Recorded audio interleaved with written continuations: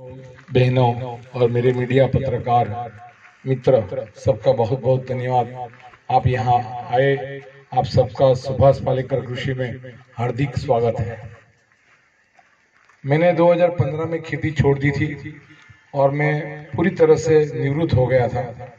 उसके बाद में कोरोना में बैठे बैठे मुझे सुभाष पालेकर कृषि का यूट्यूब पे वीडियो देखने का मौका मिला, उनकी बुक्स पढ़ने का मौका मिला, उनकी फार्मिंग देखने का मौका मिला और मैंने सोचा कि इसमें कोई खर्चा नहीं है, चलो ने करके देखते हैं एक बार। और पहले से प्रकृति प्रेमी तो था ही, तो छोड़ने के बाद भी मन में कुछ न कुछ चलता रहता था। और मैंने ये जो कुछ भी हुआ है, ये गुरुजी का बड़प्पन है कि उन्होंने मेरे को राजा भगीरथ के साथ मेरी तुलना की। मैंने मेहनत तो भूसकल की है, इसका श्रेय तो मैं लेना चाहूंगा ही, हमेशा चाहूंगा। लेकिन इससे भी बड़ी चीज ये है कि मेरे परिश्रम तो मैं पहले भी कर रहा था, लेकिन ये चीज नहीं हो रही थी। तो ये चीज जो हुई है वो ड्यू टू सुभाष पालेकर कृषि से हुई है। और मैं आप लोगों को विश्वास दिलाना ये चाहता हूं कि ये राजदीप भाई अकेले नहीं, यहाँ बैठे हुए हर इंसान कर सकता है। उसके मन के अंदर सुभाष पालेकर कृषि के प्रति श्रद्धा हो, कटिबद्धता हो और उसी नीति नियम के अनुसार उन्होंने जो बताया है, जीवामृत, घनजीवामृत, बीजामृत, भापसा, ये हर चीज जिनके जनक सुभाष पालेकर जी है, इसको जो पूरी तरह से फॉलो करेगा, अपने विचारों को एक साइड पे रखे, तो ये जो फार्म बना है उससे भी अच्छा फार्म बन सकता है।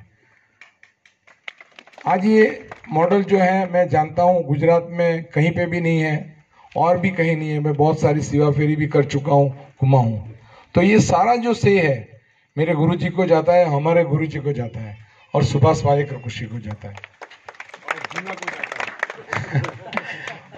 और मेरे जो नए किसान इस बार बहुत सारे जुड़े हैं, हमारे यूट्यूब गुरुजी के यूट्यूब वगैरह माध्यम से जुड़े हैं, उस सबको मेरा निवेदन है, जो अभी रासायनिक खेती कर रहे, गौ आधारित खेती कर रहे, प्राकृतिक खेती कर रहे, और सभी को मेरा एक निवेदन है कि आप लोग सभी ये सुभाष पालेकर कृषि के अंदर जुड़ जाइए।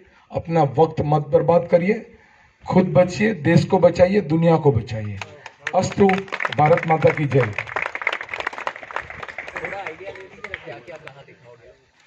यहाँ पे देखिए शारलैंड जो है, यहाँ पे शारलैंड के अंदर घास के सिवा घास भी नहीं उगता था और बबुल का पेड़ भी नहीं था।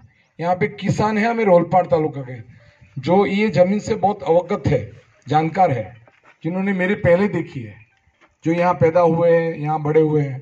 मैं तो बाहर से आया हूँ, यहाँ बोलते हैं बाहर से आया ऐसा।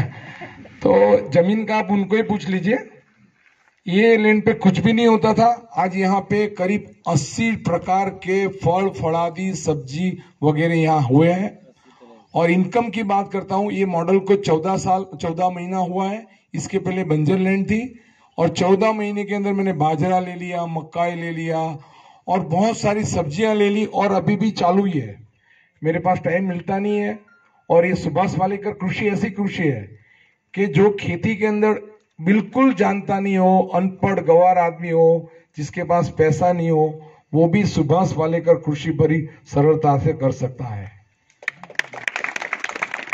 सुभाष पालेकर कृषि के अंदर आप मेरे को खेत से बाहर निकालने के बाद मैसेज भी करना और बताना। यहाँ मैंने, आप लोग आए उसके पहले बारिश के बाद अभी ट्रैक्टर चलाया, इसके पहले गुरुजी आए तब पानी डाला हुआ था, गुरुजी अंदर नहीं चल पाए थे, मेरे शिविर यात्री भी नहीं चल पाए थे। उसके बाद में अभी मेरे को लगा कि चलने में गुरुजी को दिक्कत पड़ेगी, उसीलिए उसको लेवल किया, टेबल किया। कुछ भी उसके सिवा अंदर काम नहीं किया है। कहीं लेबल लगा हो बोने की सिवा तो मुझे जरूर सब मैसेज करें और फोन करके बताएं। सुभाष पालेकर कृषि मतलब बिना लेबर की, बिना साथी किसानों की आप कर सकते ऐसी ये खेती है, खर्च बिना की खेती है। आप लोग सब मुझे दिखाइए कि इसमें आपने बोने के सिवा क्या खर्च किया है। पिछले 3, 4, 6 महीने से मैंने इसके अंदर निन्नामन मतलब कि कचरा भी नहीं निकाला है। आप देख सकेंगे ऐसा कि ऐसा ही पड़ा है, सब जगह पे घास पड़ा है, कोई जगह पे ब्रश कटर चला नहीं है। ना कोई जगह दातरडी चला है। कहीं पे भी किसी को 6x6 भी दिखे तो मुझे प्लीज फोन करके बताना और उसका फोटो भी ले लेना। तो ये सुभाष वालेकर जैसे मेरे जैसे जो ज्यादा कृषि से जानकार नहीं है वो भी कर सकता है। तो आप तो यहाँ पे सारे किसान हो और बड़े बड़े किसान हो और बरसों से करते आ रहे हो, तो सोचिए आप लोग कितना बढ़िया मेरे से मॉडल बना सकते हैं। बताइए, मेरे से अच्छा बना सकते हैं ना? नहीं है। तो गुरुजी की एक इच्छा है कि हम फार्मिंग के मॉडल तो बनाते हैं, गन्ने के मॉडल बनाते हैं, धान के मॉडल।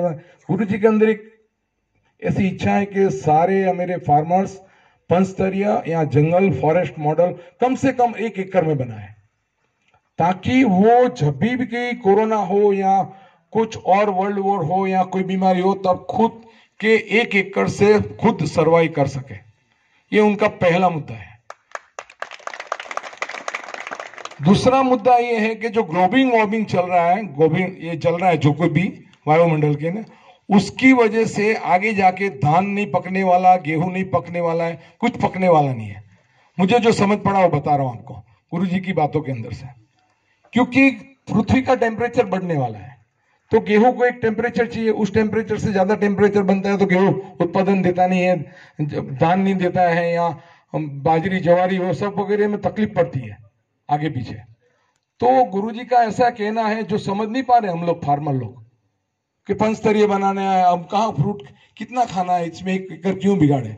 लेकिन आपको बता दूं आगे जाके आपका गेहूं, आपका बाजरा, आपका धान, आपका चावल, हर चीज पंचस्तरीय बागवानी होगी तो ही बनेगा, नहीं तो नहीं होगा। 25-30 साल के बाद भूल जाना कि खुले मैदान में आप गेहूं कर दो, कोई खेती से नहीं हो पाने वाला। हाँ, लेकिन सुभाष वालेकर कृषि से अगर आपने पंच स्तरीय बनाया या जंगल मॉडल बनाया तो अवश्य उसके बीच में से आप कुछ न कुछ ले पाओगे। उसकी वजह बता देता हूं। अभी यहाँ पे जो टेम्परेचर है वो आप अपने अपने मोबाइल में चेक कर लीजिए, उसके बाद में आप खेत के अंदर जाइए और उसके बाद में आप टेम्परेचर चेक करिए, धूप में चेक करिए।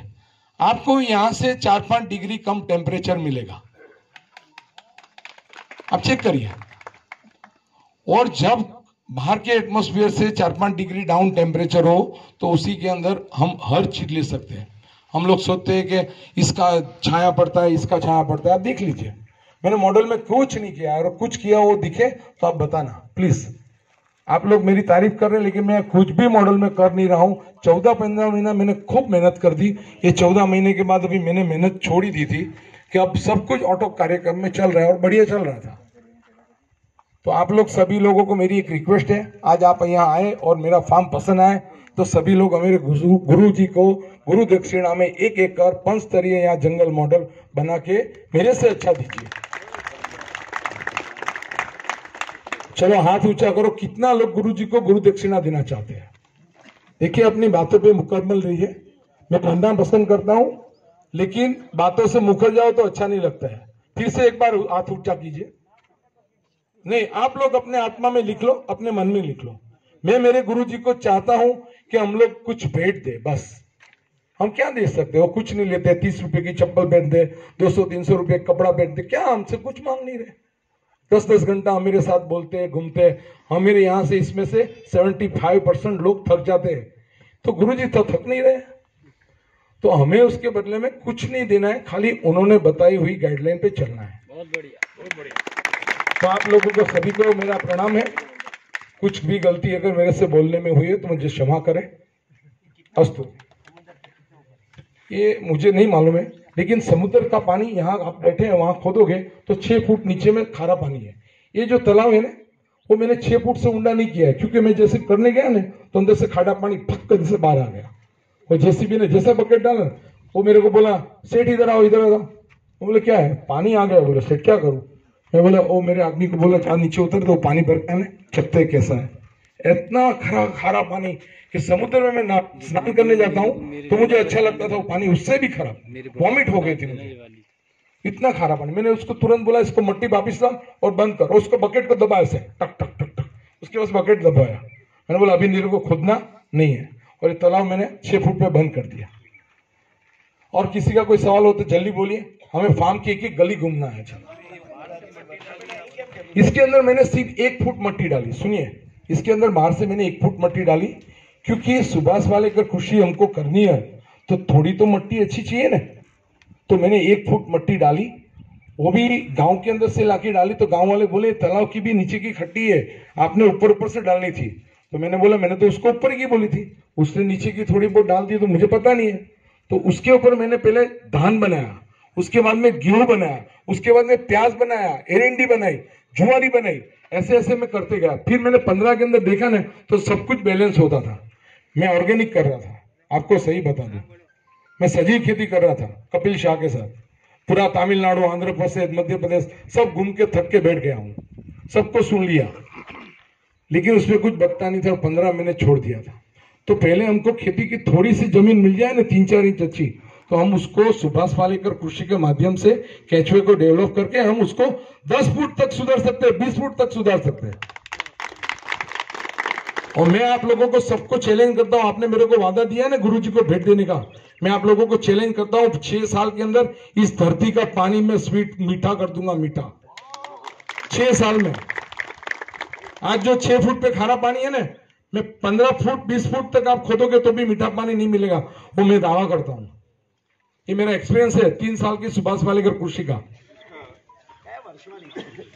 ये जमीन, ये इसका बीच